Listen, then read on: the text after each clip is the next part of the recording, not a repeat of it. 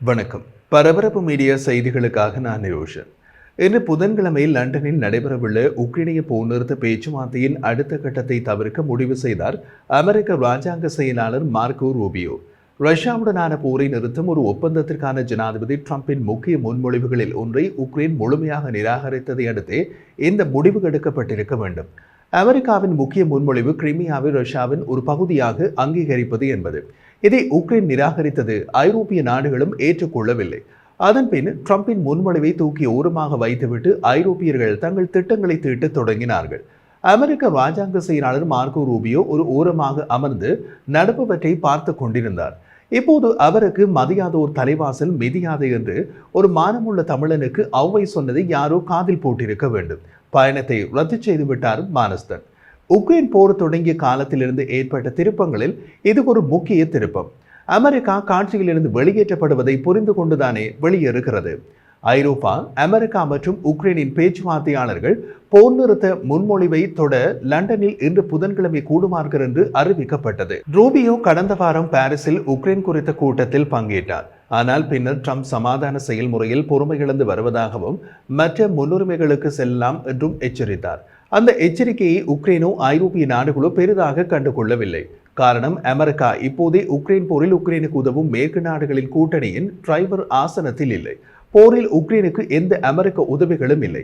இனி ஒதுங்கினால் என்ன அல்லது ஓரமாக நின்று வேடிக்கை பார்த்தால் என்ன? எதுவும் நடக்கப் போவதில்லை.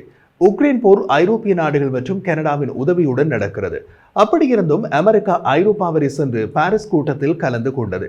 இன்று புதன்கிழமை லண்டனில் நடைபெறவுள்ள உக்ரைனிய மற்றும் ஐரோப்பிய அதிகாரிகளின் கூட்டம் கிரிமியாவை ரஷ்யா சட்டவிரோதமாக இணைத்துள்ளதை அங்கீகரித்து சமாதான உடன்படிக்கையின் ஒரு பகுதியாக போரின் முன்வரிசைகளை முடக்குவதற்கான அமெரிக்க முன்மொழிவை விரைவாக எதிர்கொள்ளும் என்று உள் விவாதங்களை நன்கு அறிந்து பலர் தெரிவிக்கின்றனர்.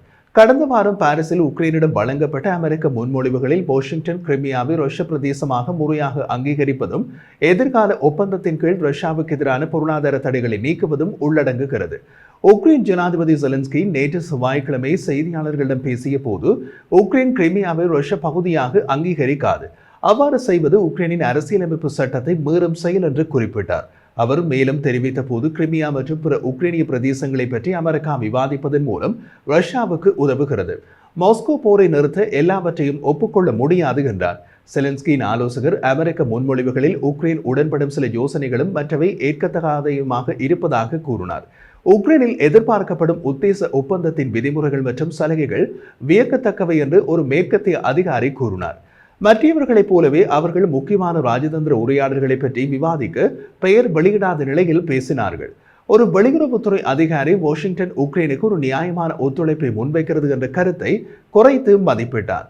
ஆனால் ட்ரம்ப் நிர்வாகம் பேச்சுவார்த்தைகளின் வேகத்தில் பெருகிய முறையில் பொது விரக்தியை கொண்டிருப்பது அமெரிக்காவின் உறவுகளில் மற்றொரு சரிவை குறித்து உக்ரைன் பயப்படாது என்று கூறினார். காரணம், ட்ரம்பின் வருகையின் பின் அமெரிக்க ஆதரவு உக்ரைனுக்கு பெரிய அளவில் இருக்காது என்பது உக்ரைனுக்கும் தெரியும், உக்ரைனின் நட்பு நாடுகளுக்கும் தெரியும். அதனால் கடந்த சில மாதங்களாகவே அமெரிக்கா இல்லாமல் ரஷ்யாவை எப்படி எதிர்கொள்வது என்ற சிந்தனையே அவர்களிடம் உள்ளது. அதனால் அமெரிக்கா வெளியேறுவது யாருக்கும் அதிர்ச்சி இல்லை, எதிர்பார்க்கப்பட்டதுதான். அமெரிக்க ஒதுங்கலை சில மாதங்களுக்கு முன்பே எதிர்பார்த்து மிகவும் சுறுசுறுப்பாக கைகோத்த பிரெஞ்சு, பிரிட்டிஷ் மற்றும் ஜெர்மன் பேச்சுவார்த்தையாளர்கள் உக்ரைனின் நலனை இன்று லண்டனில் வலியுறுத்துவார்கள் என்று எதிர்பார்க்கப்படுகிறது. ஐரோப்பிய மற்றும் உக்ரைனிய அதிகாரிகள் கூட உடனடியாக ரஷ்ய கட்டுப்பாட்டில் உள்ள பகுதிகளின் கட்டுப்பாட்டை உக்ரைன் மீட்டெடுக்க வாய்ப்பில்லை என்பதை தனிப்பட்ட முறையில் ஒப்புக்கொள்கிறார்கள். ஆனால் அந்த பகுதிகளின் உரிமையை ரஷ்யாவுக்கு விட்டுத்தர அவர்கள் சம்மதிக்கப் போவதில்லை.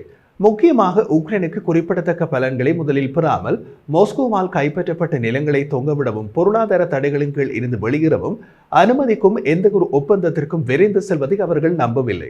அரசியல் ஆபத்து ஆலோசனை நிறுவனமான யுரேஷியா குழுமத்தின் நிர்வாக இயக்குனர் முஸ்தபா ரஹ்மான் ஜனாதிபதி டொனால்ட் ட்ரம்பின் தனது சொந்த அரசியல் நலனுக்காக உக்ரைனியர்களை தள்ள முயற்சிக்கிறார். ரஷ்யாவிடம் போதுமான அளவு கடுமையாக நடந்து கொள்ளவில்லை என்ற கவலை உள்ளது என்று கூறினார். மேலும் அவர் கூறிய போது, இப்போது இறுதியான கேள்வி என்னவென்றால், உக்ரைன் தனது பிரதேசத்தின் ஒரு பகுதியை விட்டுக் கொடுத்ததற்கு ஈடாக என்ன பெறுகிறது? இந்த விஷயத்தை நன்கு அறிந்த இரண்டு நபர்களின் கூற்றுப்படி கடந்த வாரம் பாரிஸில் நடந்த பேச்சுவார்த்தையில் அமெரிக்கா உக்ரைனிடம் தனது முன்மொழிவுகளின் அவுட்லைனை முன்வைத்தது.